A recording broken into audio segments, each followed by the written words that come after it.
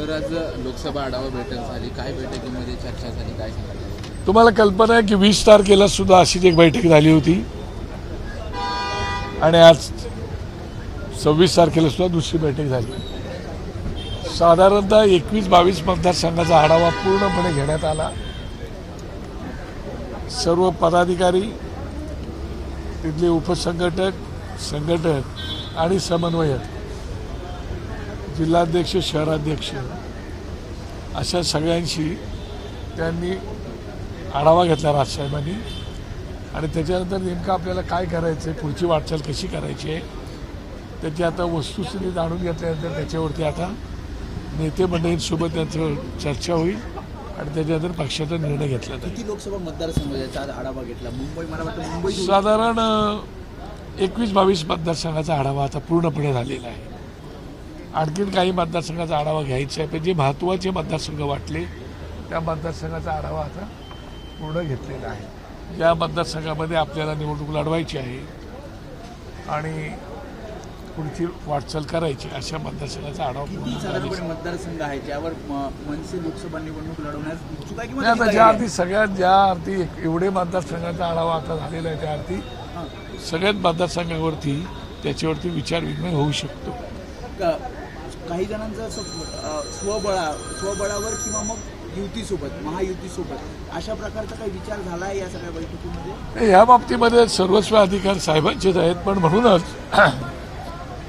साहेबांनी आपल्या सगळ्या सहकार्यांना विश्वासात घेऊन नेमकं काय करायला पाहिजे याची माहिती जाणून घेण्याचा प्रयत्न केलेला आहे आणि त्याच्यातूनच आता ते नेते मंडळींसोबत चर्चा करून पुढचा निर्णय घेतील। अमित ठाकरेंनी पत्र देखील लिहिलेलं आहे की गरजा महाराष्ट्र माझा प्रत्येक शाळांमध्ये, महाविद्यालयांमध्ये आणि शासकीय कार्यालयांमध्ये लावण्यात यावं असं पत्र मुख्यमंत्र्यांना। अत्यंत चांगली सूचना आहे आणि ते महाराष्ट्र गीत आहे, तर त्या महाराष्ट्र गीताचा सन्मान महाराष्ट्राच्या शाळेमध्ये व्हावा अशा प्रकारची त्यांनी केलेली अपेक्षा ही अभिनंदनास्पद आहे।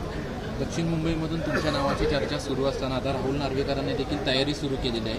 ते आता ठिकठिकाणी बैठका घेत आहेत, अजून देखील ते काही वॉर्डनिहाय दौरा जो आहे तो दक्षिण मुंबईमधून करणार आहे। चांगली गोष्ट आहे। प्रत्येक पक्षाला आपापल्या उमेदवारांना प्रत्येक ज्या ज्या ठिकाणी वाटतात त्या त्या ठिकाणी उमेदवार म्हणून सांगण्याचा अधिकार आहे आणि त्याप्रमाणे पक्षप्रमुख जसा निर्णय घेतील तशा प्रकारचा तो निर्णय होत असतो। कदाचित त्यांच्या पक्षप्रमुखांनी त्यांना जर सांगितलं असेल तर त्यांच्या आढावा बैठका चालू असू शकतात। महायुतीसोबत जाण्याचा लवकरच निर्णय होईल, कारण ज्या प्रकारे तुम्ही सुद्धा स्टेज शेअर केलं होतं मागील एका कार्यक्रमामध्ये, भाजपचे नेते त्या कार्यक्रमामध्ये होते आणि आज या बैठकीमध्ये सुद्धा म्हणणं सुद्धा जाणून घेतलेलं आहे, तर म्हणणं सुद्धा हेच आहे की महायुती एखाद्या व्यासपीठावरती आम्ही जाणं याचा अर्थ युती होते असं होत नाही। कोणीतरी डोळा मारणं, कोणीतरी शिटी म्हणजे टाळी देणं याने युत्या होत नाही, किंवा पेपरमधून बोलणं आणि युत्या होत्या। प्रत्यक्षात चर्चा विनिमय झाल्यानंतरच त्याच्यावरही निर्णय होत असतो आणि त्याच्यामुळे अजून काही निर्णयप्रत काही आलेले नाहीत, परंतु पाहू भविष्यातली वाटचाल ही एकंदरीत साधारण एक विचारधारा असलेल्या माणसांच्या सोबत होत असते आणि त्याच्यामुळे मनं जुळली पाहिजेत, विचारधारा जुळली पाहिजेत, भावना जुळल्या पाहिजेत आणि कार्यकर्त्यांची आपसामधली मतंसुद्धा जुळली पाहिजेत, त्याशिवाय पुढची वाटचाल होत नाही।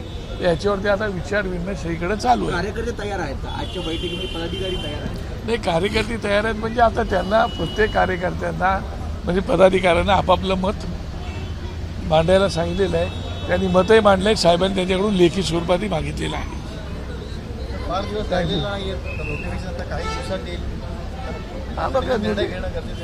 अजून वातावरण दिसतंय का तुम्हाला निवडणुकीचं? एंटायर महाराष्ट्रामध्ये निवडणुकीचं वातावरण दिसतंय का? पूर्वी निवडणुकीचं वातावरण महिना 2-2 महिने अगोदर वातावरण दिसायचं। आता तुम्ही म्हणताय नोटिफिकेशन यायला दिवस जवळ आले, निवडणूक येणार आहे, तरी वातावरण दिसत नाही। तुम्ही प्रयत्न करताय वातावरण तयार करण्याचा, तरी दिसत नाही।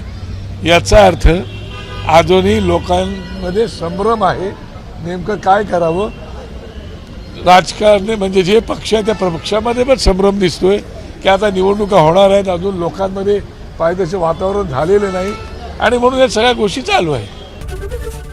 एबीपी माझा, उघडा डोळे बघा नीट।